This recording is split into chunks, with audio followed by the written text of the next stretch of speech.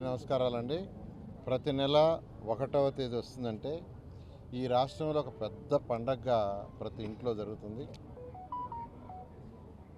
Pensions గౌరవ ముఖ్యమంత్రి గారు ఒకటే చెప్పారు, 1వ తేదీ సెలవు వస్తే ఆదివారం కానీ లేదేదైనా పండగ సెలవు వస్తే ముందు రోజు ఇవ్వాలని. అలా ఈరోజు రాష్ట్రంలో తెల్లవారి 6 గంటల నుంచి 10 గంటల లోపలే మెజారిటీ పెన్షన్స్ ఇచ్చేస్తున్నారు.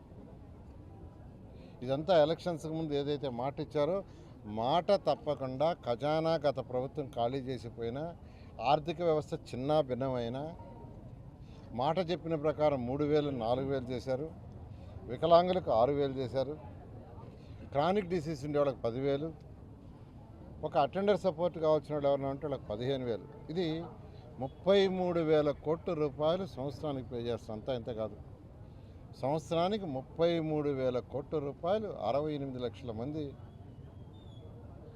మందికి పెన్షన్స్ ఇస్తున్నారు. ఇదే మన దేశంలో ఉండే అనేక రాష్ట్రాలు తీసుకుంటే ఈరోజు మనకు పశ్చిమ బెంగాల్, మహారాష్ట్ర, జార్ఖండ్, రాజస్థాన్, ఉత్తరప్రదేశ్, గుజరాత్ రాష్ట్రాల్లో పెన్షన్ కేవలం 1,000 రూపాయలు మాత్రమే, 1,000 రూపాయల కంటే తక్కువే. అదేవిధంగా పక్కనున్న తమిళనాడు, తెలంగాణ తీసుకుంటే వాళ్ళందరూ కూడా 1,000 రూపాయలపై, కర్ణాటకలో 600 రూపాయలు మాత్రమే. అదేవిధంగా కేంద్రపాలిత ప్రాంతాలైన ఢిల్లీ, పుదుచ్చేరి, అండమాన్ నికోబార్, అరుణాచల్ ప్రదేశ్, చండీగఢ్, జమ్మూ అండ్ కాశ్మీర్ తీసుకుంటే 2,500 లోపలే. భారతదేశంలో ఏ రాష్ట్రంలో కూడా 4,000 పెన్షన్స్ 6,000, 10,000, 15,000 ఇచ్చింది ఎక్కడ లేదు. ఎందుకంటే గౌరవ ముఖ్యమంత్రి గారు ఒకటే అంటారు, ఈ రాష్ట్రం డెవలప్ అవ్వాలంటే పేదలు, నిరుపేదలు ఎవరైతే ఉండారో వాళ్ళకు కొంత చేతినివ్వాలి, కొంత సపోర్ట్ ఇవ్వాలి, ఆర్థికంగా వాళ్ళు నిలదొక్కోవాలి.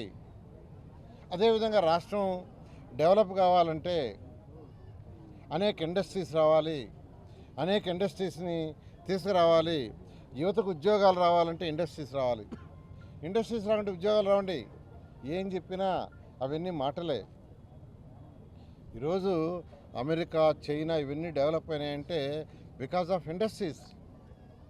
వాళ్ళందరూ ఎక్కువ ప్రయారిటీ ఇండస్ట్రీస్కి ఇచ్చి అనేక దేశ విదేశాలు ఉండే వాళ్ళందరినీ ఇండస్ట్రీస్ని పిలిపించి ప్రొడక్షన్ తయారు చేసి ఆ ప్రొడక్షన్ సేల్ చేయటం వల్ల అటు ప్రభుత్వానికి జిఎస్టీ రూపంలో ట్యాక్స్ వస్తుంది, యువతకు ఉద్యోగాలు వస్తాయి, వారి ఆర్థిక స్థితి పెరుగుతుంది, అప్పుడు రాష్ట్రం ఆటోమేటిక్గా అభివృద్ధి చెందుతుంది.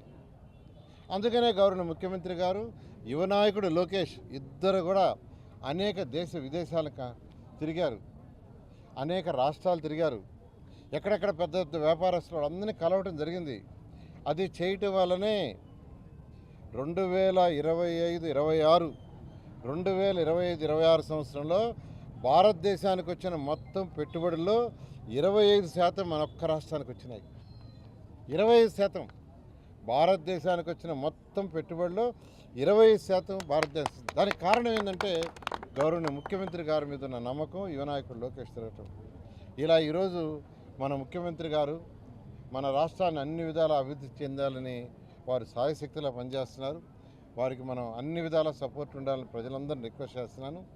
అదేవిధంగా నెల్లూరు సిటీకి వస్తే, నెల్లూరు సిటీకి ఎమ్మెల్యేని 14-19లో అనేకమైన పనులు, దాదాపు 5,500 కోట్ల రూపాయలతో నెల్లూరు కార్పొరేషన్ని డెవలప్ చేయడం జరిగింది. అయితే ఈసారి వచ్చిన తర్వాత వచ్చేటప్పుడు ఖజానా పూర్తిగా ఖాళీ, ఏం చేయటానికి లేదు, ఆర్థిక వ్యవస్థ చిన్నాభిన్నమైంది. అయితే గౌరవ ముఖ్యమంత్రి గారు వారికి ఉన్న అపార అనుభవంతో ఈరోజు రాష్ట్రాన్ని తీసుకుని ముందుకు తీసుకొస్తున్నారు. ఆ నేపథ్యంలో నెల్లూరులో కూడా ఎన్నో వర్క్స్ టేకప్ చేశాం. ఆగిపోయిన యూజీడీని స్టార్ట్ చేశాం, ఆగిపోయిన వాటర్ యొక్క కనెక్షన్స్ మొదలుపెట్టారు. అదేవిధంగా ఎక్కడైతే యూజీడీ 2014-19లో శాంక్షన్ చేయలేదో దాన్ని కూడా శాంక్షన్ చేసాం, దాన్ని కూడా టెండర్లు ఇచ్చేసాం. తర్వాత అన్ని రోడ్లని సిమెంట్ రోడ్లు చేయాలని, అదేవిధంగా అన్ని డ్రైన్స్ ఏదైతే డ్రైన్స్ డ్యామేజ్ ఉన్నాయో ఆ డ్రైన్స్ అన్ని పూర్తి చేయాలని యాక్చువల్గా టెండర్లు పిలిచారు, అధికారులు ఎంతో వేగవంతంగా జరుగుతున్నాయి. ఇప్పుడే యాక్చువల్గా ఈ 42వ డివిజన్లో 2-3 డ్రైన్లు చూశాను. చాలా చక్కగా చేశారు, క్వాలిటీ కూడా చేశారు. వాళ్ళు కూడా అభినందిస్తున్నాను. నేను ఒక్కటే నెల్లూరు ప్రజలందరికీ చెప్పి